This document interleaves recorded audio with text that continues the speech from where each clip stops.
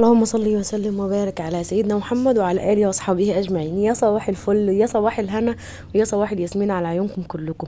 صباحكم منور بذكر الرحمن وبالصلاه على الحبيب ان شاء الله. ما تنسوش تحطوا لي لايك وتشتركوا في القناه لو كنتوا لسه اول مره تشوفوني، وتفعلوا الجرس عشان يوصلكم كل جديد من فيديوهاتي. ان هنا بقول لكم ان انا مشغله اغاني، كنت بسمع ورده، كانت طالبه معايا ان انا اسمع ورده وانا واقفه بعمل اكل. مش بعمل اكله جديده بقى، نعمل صينيه بطاطس بالفراخ عملناها مع بعض قبل كده، بس حبينا نوثق الموضوع يعني مع بعض تاني. لازم نتعود على بعض ان احنا نشوف بعض كل يوم، خلاص بقيتوا جزء من حياتي. ربنا يديمكم نعمه في حياتي ان شاء الله، ونحقق احلامنا كلها مع بعض باذن الله. انا هنا جبت شويه بطاطس، 3 حبات بطاطس بالظبط والله العظيم فاض منهم، عشان انا وجوزي بس. والطماطم وبصلتين 2 وقرن، نص قرن فلفل حامي علشان معانا طفل، ووركين 2 يعني. في الزمن اللي احنا فيه ده تحاولي ان انت تقتصدي وتعملي الحاجه على القد. البهرجه بقى بتاعت ايام زمان وان احنا نعمل ويفيد لتاني يوم، لا، مشي يوم اليوم بيومه كده، وايه، والدنيا هتمشي جميله ان شاء الله، ومش هنحس بحاجه باذن الله، وربنا يا رب يفكها علينا وعلى جميع المسلمين باذن الله. عفوا يا جماعه، هنا كانت جات لي مكالمه هرد عليها. حلوه الحركه بتاعت الطرحه دي.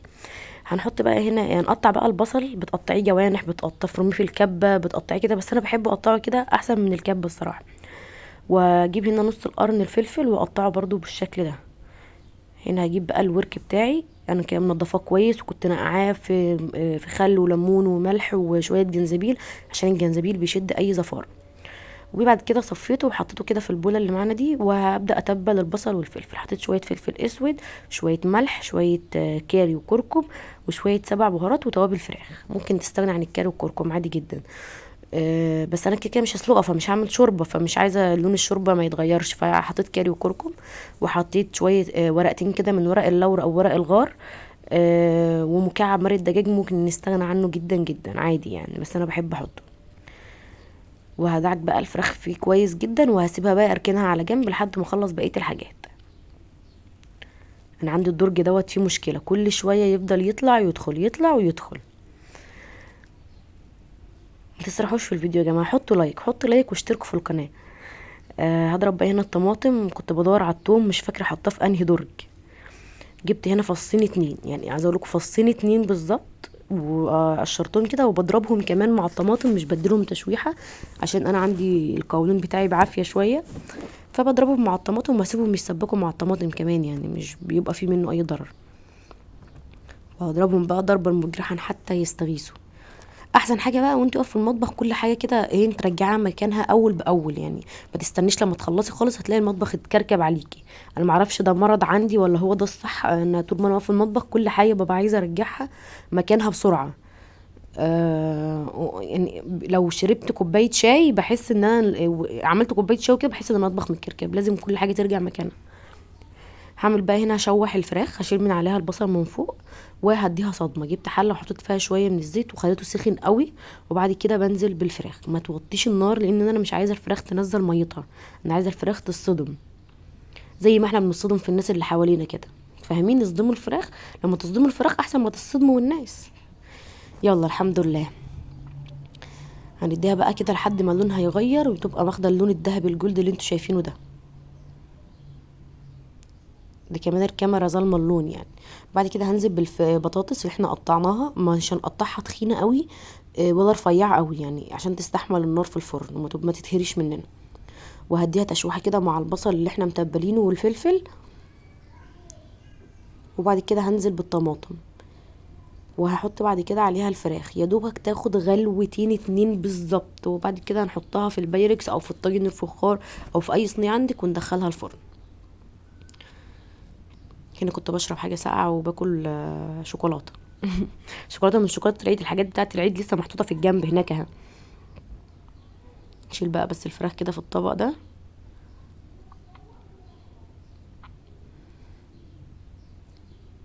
ايوه بالظبط كده. بعد كده بقى احط بقى الفراخ على الوش. مش عارفه يا جماعه، بانه داخل عليا دور برد باين. او داخل عليا مش عارفه، مناخيري مكتومه كده وصدري مكتوم، فالجو اصلا وحش. ربنا يعافينا ويعافيكم يا رب. بس كده وادخلها الفرن. استمتعوا بقى معايا بقى بالاغنيه بقى اللي هتشتغل دلوقتي.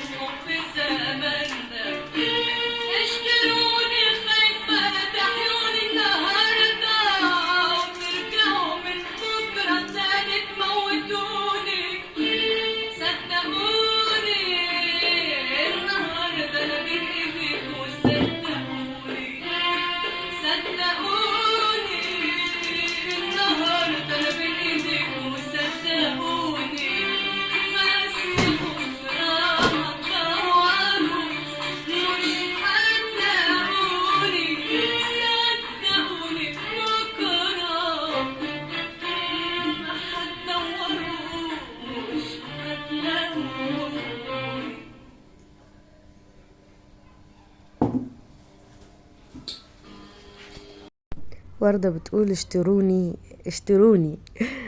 يلا الحمد لله. هنجيب بقى هنا نبدأ نحط الأكل. هتقولي انت ايه ده طالعة بدورين، غيرت هدومك ليه؟ كنت غيرت هدومي عشان كنت نزلت اجيب ألعاب لابني، شبطان في كل الألعاب اللي مع الأطفال. فنزلنا نروح نشتري له. فانا سبت الاكل على في الفرن والرز على الولعه يعني، وهديت عليه النار خالص، ورحت اشتريت له وجيت يا دوبك بقى نحط الاكل. وكمان ما اتغديناش والله في نفس ذات الوقت يعني، رحت كمان عيطت على عمتي وبعد كده جينا كلنا. ايوه سخنه يا حاج، هتشيلها بالبوك، لا اله الا الله.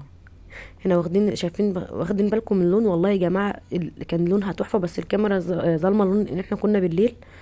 هنا دي لحمه ضاني كان بابا باعتها لي، لحم معيز يعني، ربنا ما يحرمني منه يا رب، وهو وماما يا رب ويدومهم نعمه في حياتي.